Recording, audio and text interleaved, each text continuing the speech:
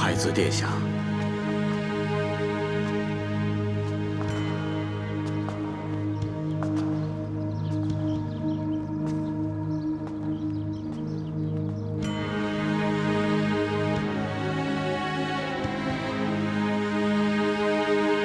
太子12岁那年，南疆叛乱，南戎和北戎部落为争夺草原爆发战争，波及周边各州百姓。太子孤身前往，所有人都以为太子此番定是有去无回，可是没想到，只过了3日，原本有着血海深仇的南北王，竟然成了生死兄弟。那是为何？太子14岁那年，临江王发生叛乱，与先杀无极太子再行逼宫。当夜临江王设宴，太子轻装前往。酒过3巡，临江王借敬酒之机出手行刺，放下酒杯的时候，倒地而死的却是临江王。酒杯里有毒，太子自然不会喝下，最后全部洒在临江王的脸上，落了一个无颜再见长孙列宗的下场，从头到尾滴血为证。这个无极太子如此心狠手辣，你就不好奇他一个人是怎么做到的？莫非是因为元昭许？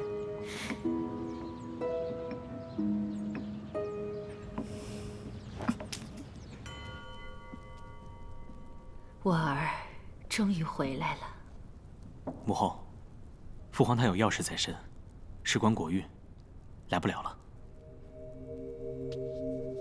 你来便好。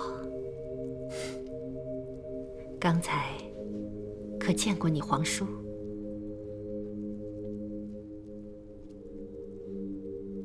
没有。许久没见，你眉眼间还是这个样子，眉头一蹙，便飞扬入鬓。可你这捋不平的心事，倒是越来越重了。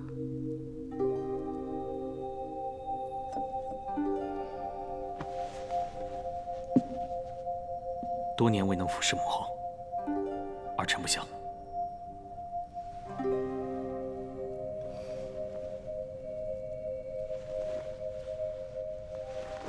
你们先下去吧。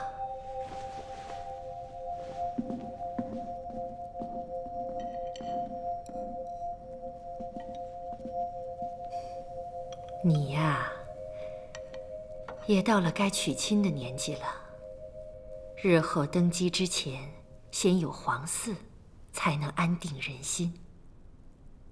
现如今，这朝中波涛暗涌，一往悠悠，重兵在手。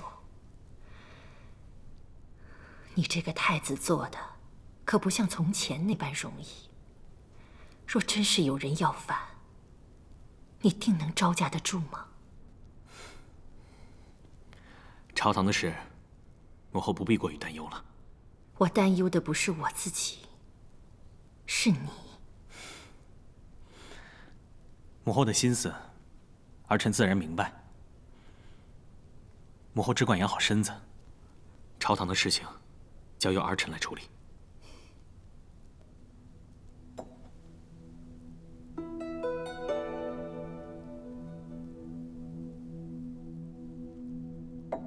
母后想让你迎娶玄机二公主佛莲，只有跟玄机联姻，你的太子之位才做得足够稳固。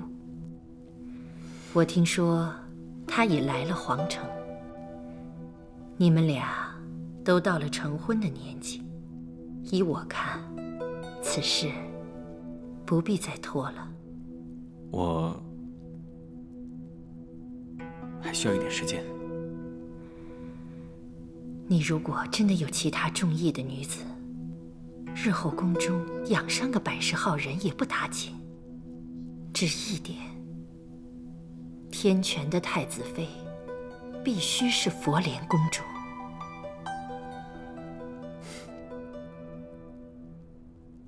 殿下，给你吃一个。殿下，殿下好酒量。哎，殿还有下，你的，再吃一个嘛。吃一个。殿下，给。殿下，殿下，翼王殿下，有事快说。有要事禀告。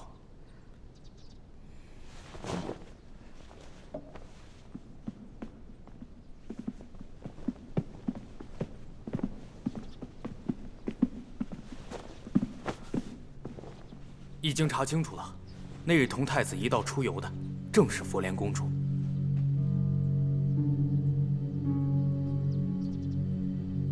这小子竟然抢在我前面动手了！殿下先别急，佛莲公主虽与太子订有婚约，可毕竟是口头之说。她要嫁的不过是那个天权皇位，这皇位上坐的到底是谁，尚且没有定论。既然太子已经主动出击了，属下认为，殿下也不需要再等了。那日在皇城之上，要是换做他人，我早就灭他九族了。但是没想到，老天爷竟然给我送来个佛莲。既然如此，那这个佛莲我要定。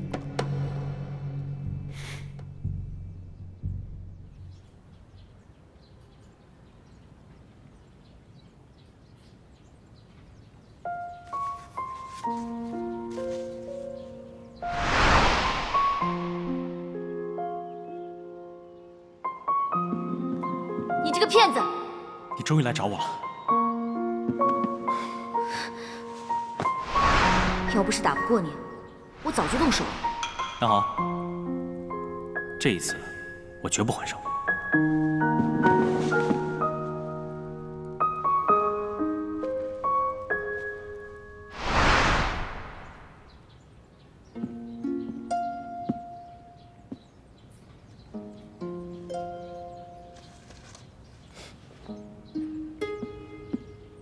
今天没你的差事，别在这里碍手碍脚的了。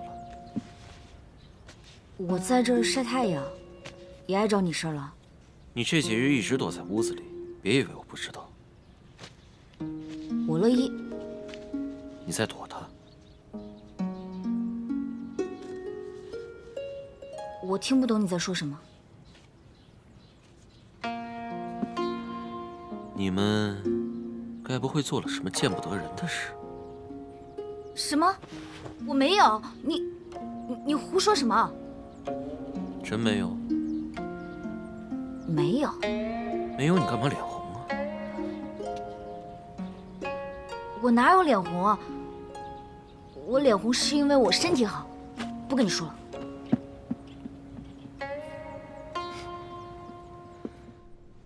这小子一走就是多年，皇族内务不都是我在操持？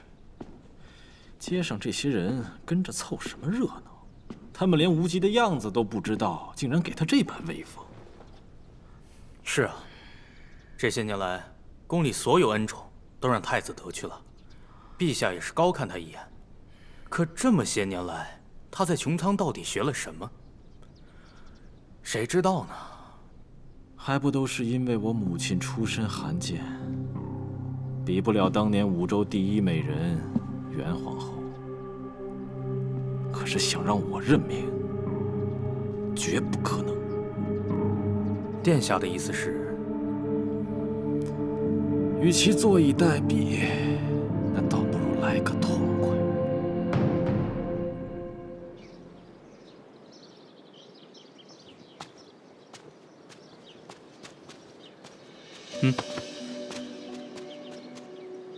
怎么哪儿都能碰到你啊？这句话应该我说才对啊。哎，你怎么会来这绿珠山啊？难不成你是来品尝这绿珠泉里的细鳞鱼？什么细鳞鱼啊？眼下是这绿珠泉里的细鳞鱼肉质最为肥美的时候。你运气好，你有口福了，我等会儿烤鱼给你吃。我不吃鱼。哎，慢点，味道还行吗？还行。既然味道还行，客官打算如何报答我？你还要报答？嗯，好啊，那就这鱼骨头吧。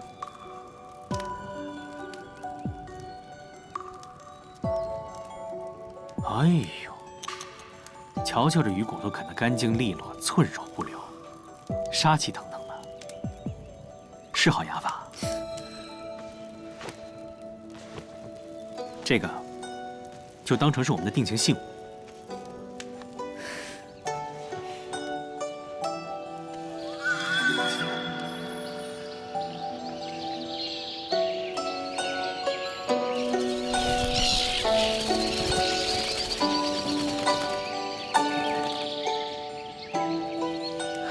出来了。走。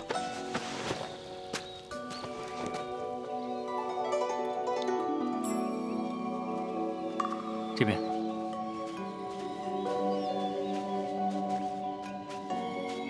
这是什么地方？这是木灵峰，长孙皇族祭祀的地方。祭祀的地方不是都大同小异，有什么好看的？嘘，你看那儿，那边。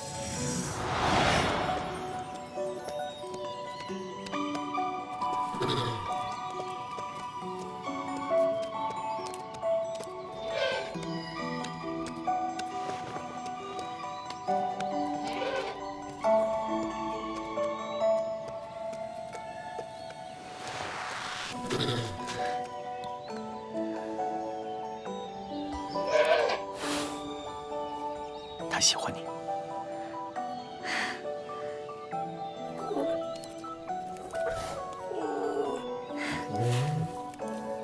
这是木灵之王，无中农耕之神，也是长孙皇族最尊敬的上仙。但即便是皇族，也很难见到他一面。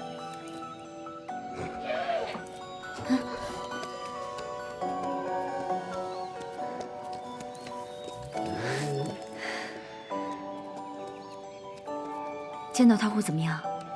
这有一个非常浪漫的寓意，你要听吗？它暗示着两人会踏上一段旅程，代表着纯洁、勇敢和无私的爱。你自己编的吧？就算我能耐再怎么大，也使唤不了木灵之王，对吧？这一路下山以来，确实遇到不少危险，人间百态也见得不少。极美的极丑的都有，只不过这纯洁的爱和另外一个人，倒是不知道在哪。现在还是不知道吗？啊，不然呢？打从玄元山和你相遇以来，我们一路相伴，在太原时你还做了我的王后，算起来你应该是我妻子了。谁是你的妻子啊？你根本就是假皇上，我也不是真的王后。那你说，这是天意吗？让我在这里又遇到你。什么天意？我听不懂。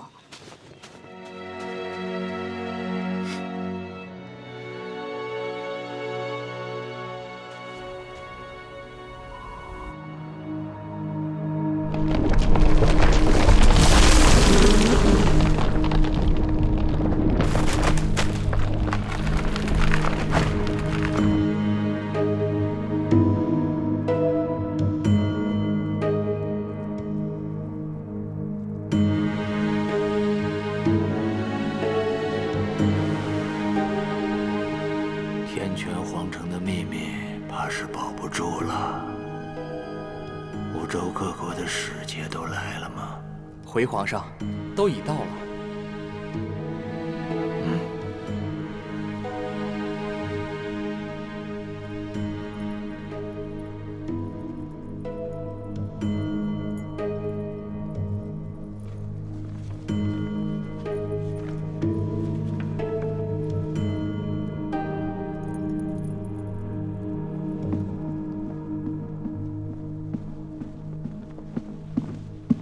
禀皇后，城里已经传遍了，都知道玄机福莲已经进了城，但时至今日，他还从未主动现过身，也不曾听说有任何关于他的消息。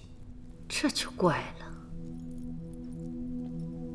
太渊天煞的使者一来便进了宫，这五洲圣女进了城却不进宫，就算有她要做的善事，可怎么一点声响都没有？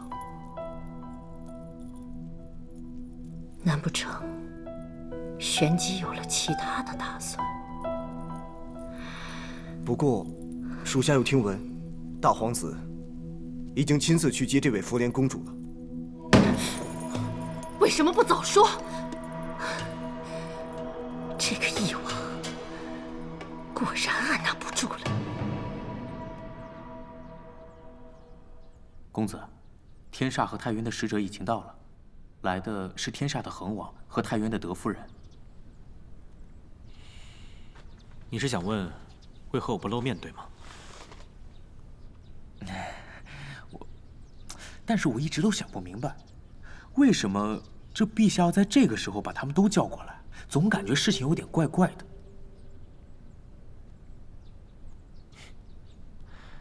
是啊，不过是个纳吉之礼罢了，有什么好兴师动众的？话可不能这么说，公子的事情就不能算是小事。你说这个时候，即便公子再不乐意，您不露个面，好像也不太合适吧？有人比我更愿意去做这件事，何必抢了他的风头？只是这佛莲公主进城也有几日了，满朝文武都在商量，公子您为什么不去迎她？我和佛莲都是生来就被架在这炭火上反复的烧灼，只能随别人的意，从来没有怨或不怨，只能接受。其实吧，百姓们口口相传的，不单单只是门当户对的荣耀，现在所有人都在盼这桩喜事。怎么这个时候，公子您反而回避了？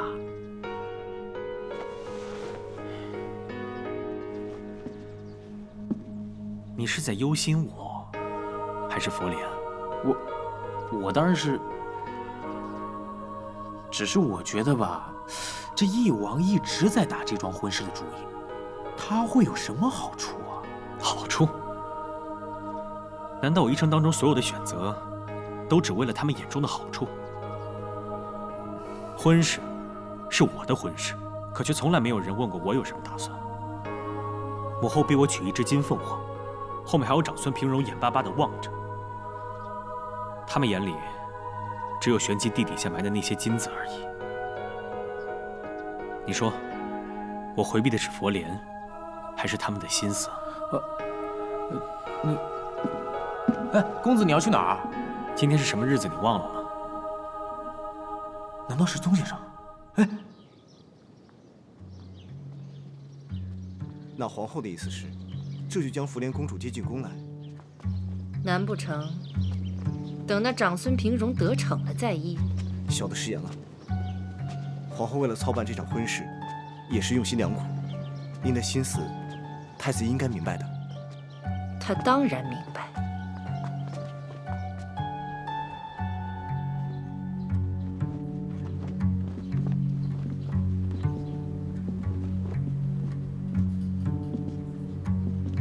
您是？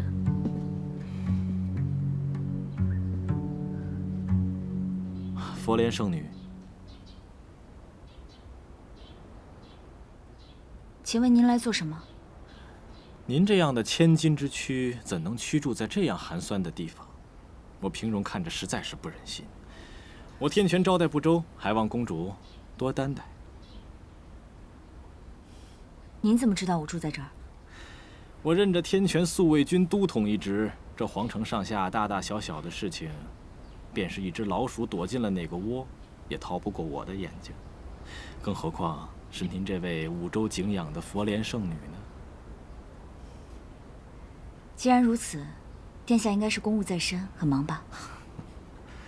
那我便不打扰殿下了，不招待您了，告辞。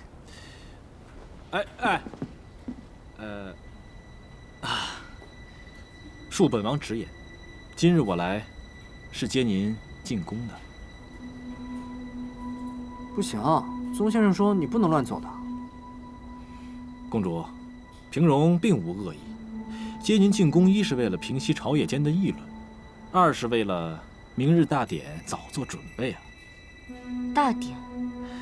公主作为玄机使节出席明日大典，难道公主忘了？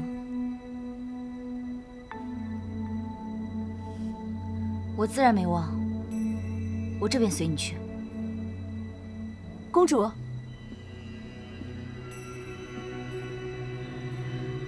巧玲，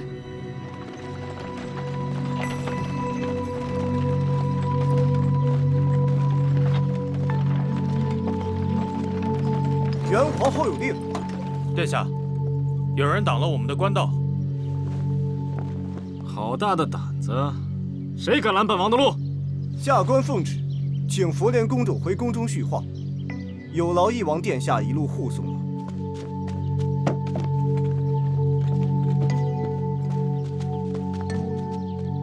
儿臣遵旨。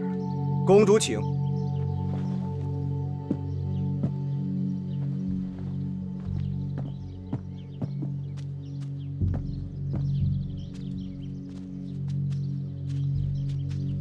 宫里只请了公主一人，这位姑娘怕是不能同行了。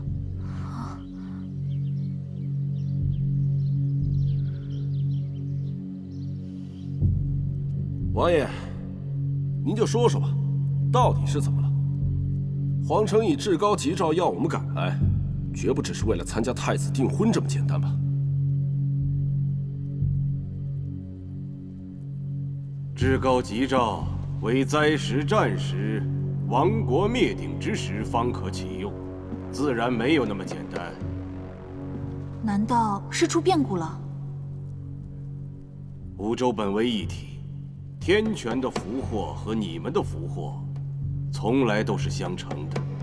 我倒是听说，近来各国国内都有一些异象发生。此话不假。太渊连日降雨，河堤溃败，这100年未遇。天煞呢？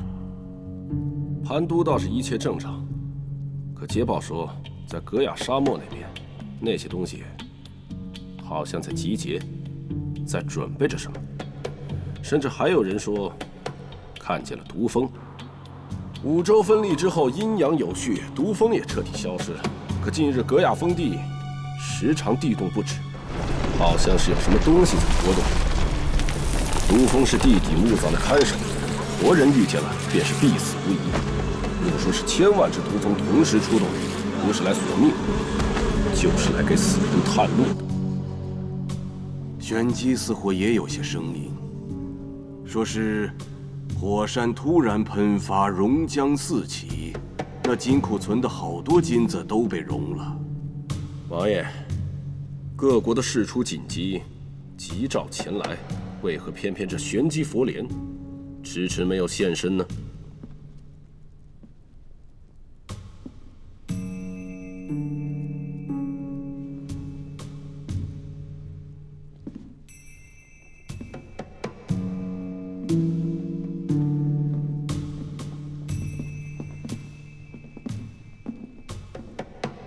见过慈恩皇后。佛莲公主此行一是议政，二为联姻。明日大典所需繁杂，自然要劳她亲自去准备。我们今日所议之事，她自然也会知道。眼下这桩桩件件的议事，不知二位怎么看呢？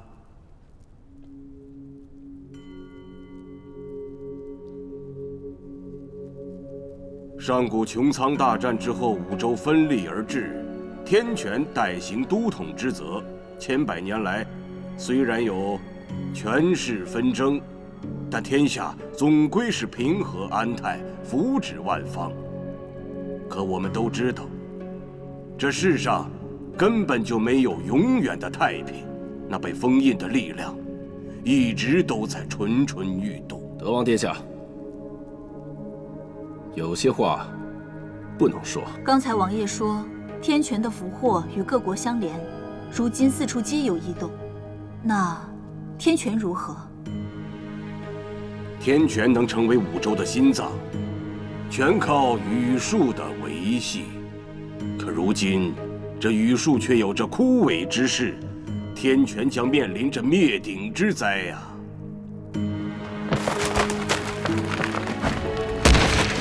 难道说，君父皇帝他陛下很好，但他的修行和天权的灾难没有任何关系。现已是非常之时，当行非常之法。好聪明的姑娘。我只是想，就算在这天权皇城之内，像您这样气度非凡的人也并不多见。我之前虽然并未见过您，但觉得您的眉眼间有一份熟悉。这样的亲切感，兴许只有五州之母可以给，所以就贸然猜定，您就是慈恩皇后。只听说圣女佛莲普渡天下，心系万众百姓，没想到却是一副伶牙俐齿，一副左家娇女模样。听说你在城外救助灾民，诸事亲力亲为，可是如此？是。戾气之毒残害百姓，本就是些贫苦的人，沾染了那些恶疾，定不会有医馆想要收治他们，所以，我看到了，也就帮一下。这些年，你在四处广设粥棚、医馆、私塾，却对所有来人分文不取。若都是穷苦百姓，倒也罢了，可还有很多人并非如此。即便你玄机钱财万贯，也终归有穷尽的时候。为何如此？请问皇后，您也会特意划分穷人的标准，把银两分成等级来使用吗？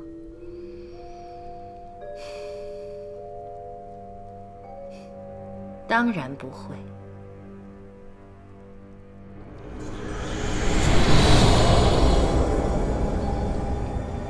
二位请看，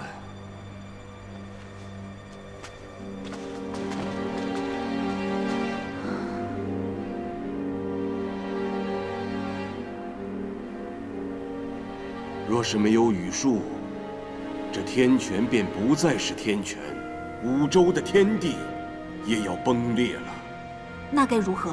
有什么解救的法子吗？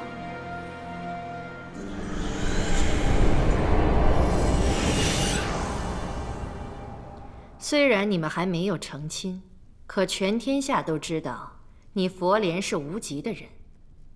有些话，本宫便先说在前头。把你许给无极，成为五州的太子妃，便是许给了天权的颜面。从此以后，事事都不再是你佛莲一人所为，而是皇家尊荣所为。在你的眼里，只能有你夫君无极一个男人。孤男寡女共处一室的事情，再也不能有。即便是为了普度众生，研习药法。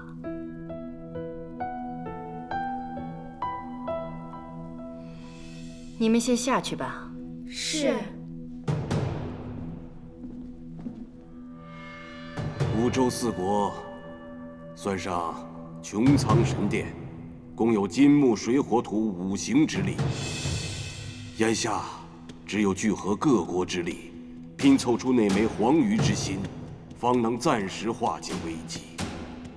原来如此，怪不得吉兆中特意吩咐让我们带着封国版图而来。正是。眼下，君父皇帝已经请到了穹苍之力。天权、太渊、天煞几国也将封国版图呈上。如今最重要的，就是佛莲公主献上的玄机容颜了。撤！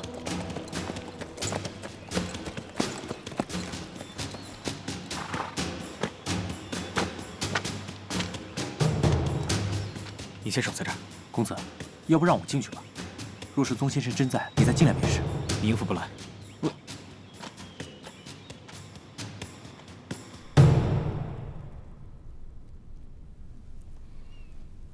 怎么，不愿意听？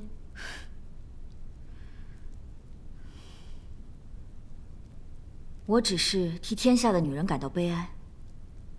所有的男人都可以3妻4妾、妻妾成群，视为尊严。换做女人，只要稍微跟异性有接触，就是水性杨花、颜面尽失。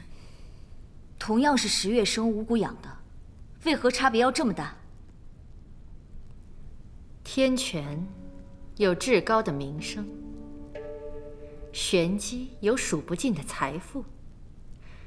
这番联姻后，两国血脉相亲，这名利2字便都写下了。皇后，难道在您眼里，无极的婚姻只是一桩交易吗？您从来没有想过，无极太子相伴一生的人，可能并不是他想要的人。你是在质疑这桩联姻，还是太把五州圣女的名号当回事了？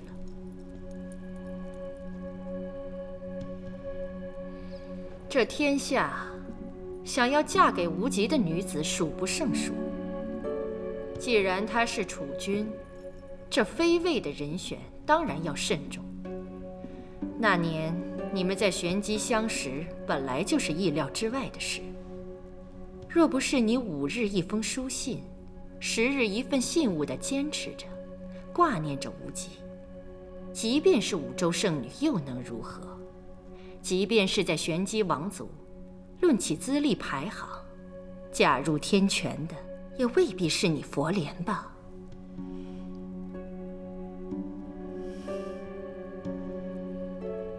皇后教训的事，佛莲记下了。以后，在这天权皇宫里，再不会有五州圣女的虚名。你只会是无极的太子妃。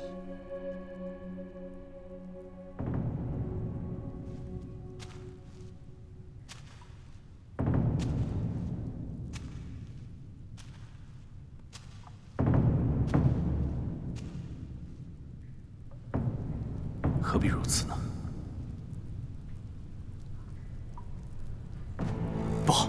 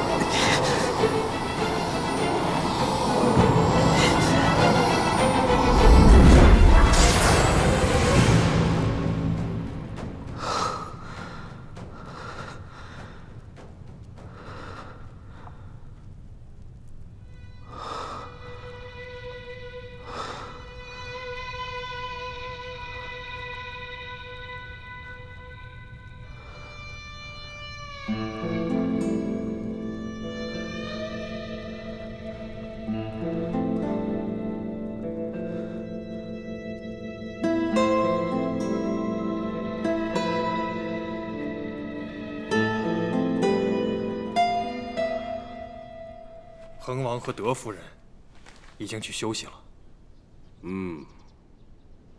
佛莲公主和皇后在青兰殿说话已经有些时候了。今日这佛莲公主是被翼王接来的，半道硬是被皇后给劫了去，宫里都传遍了。儿子娶亲，他当然要亲自过问了。再说，和玄机联姻背后是多少的银子，多少的官帽，自然不能马虎啊。话说回来，慈恩皇后已经坐拥天下，还死死抓着皇权，操心着儿子的前程，她也真是劳神。她看重的，从来就不是什么皇权富贵，只是唯有站在万人之上，才不会被那份皇权富贵所左右。今日若是皇后没有接下佛帘，明日佛帘要嫁的人，恐怕就会有变数。是啊，都说翼王一直盼着要和玄机结个亲，要巩固自己的势力啊。眼瞧着如今翼王的势头越来越盛，反倒是太子在朝中毫无根基，群臣早就分作了两派。这次，王爷您站哪边呢？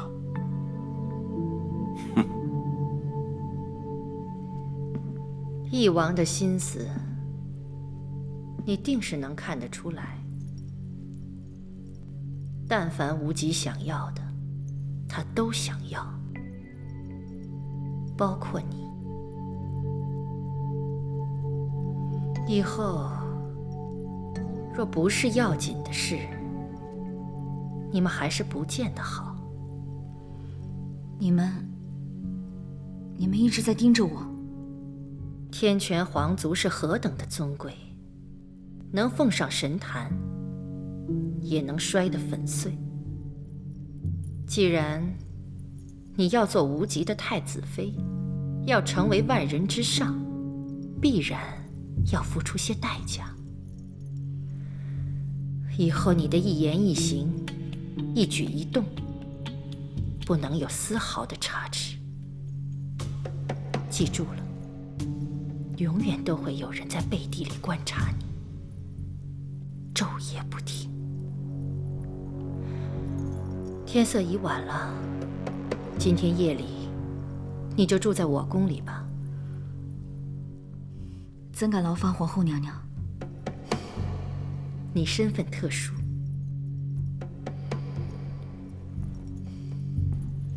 有很多人在打你的主意，留在这儿不是坏事。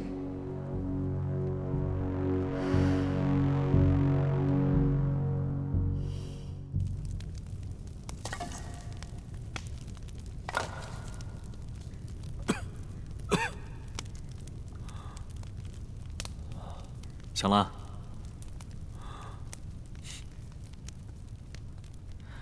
你这练功修行的法子也太邪毒了。再往后，已不是人力可以控制的。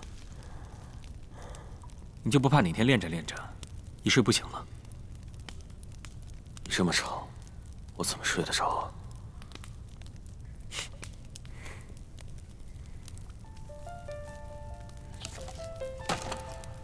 万事都有回头的路，但是这条没有。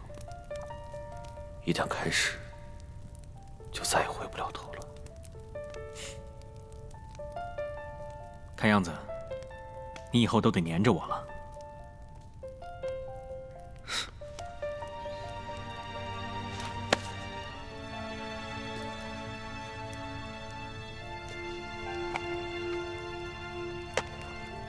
你不必如此。我应付得了。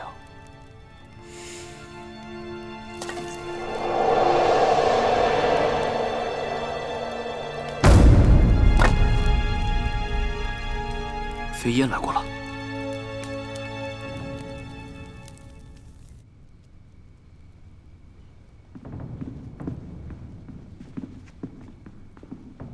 殿下，有贵客来访。不见。连我也不见吗？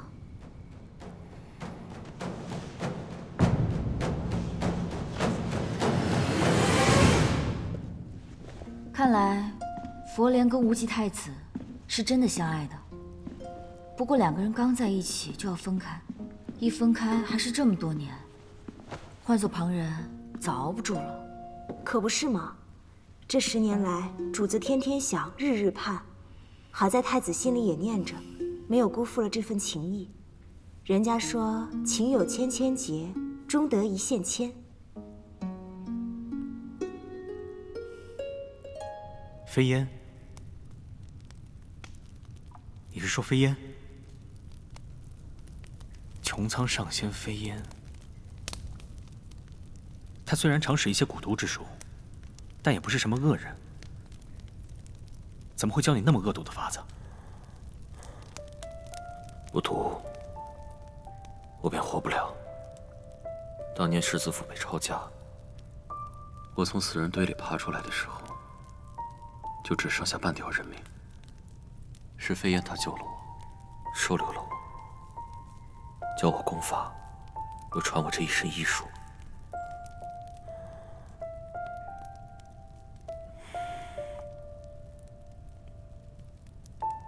飞燕救人从来不会没有条件的，她能传你这身医术，要拿走的一定更多。你给了她什么？40年阳寿。你不用算了，也算不了。这件事与你无关，你也无能为力。你活着就是为了报仇。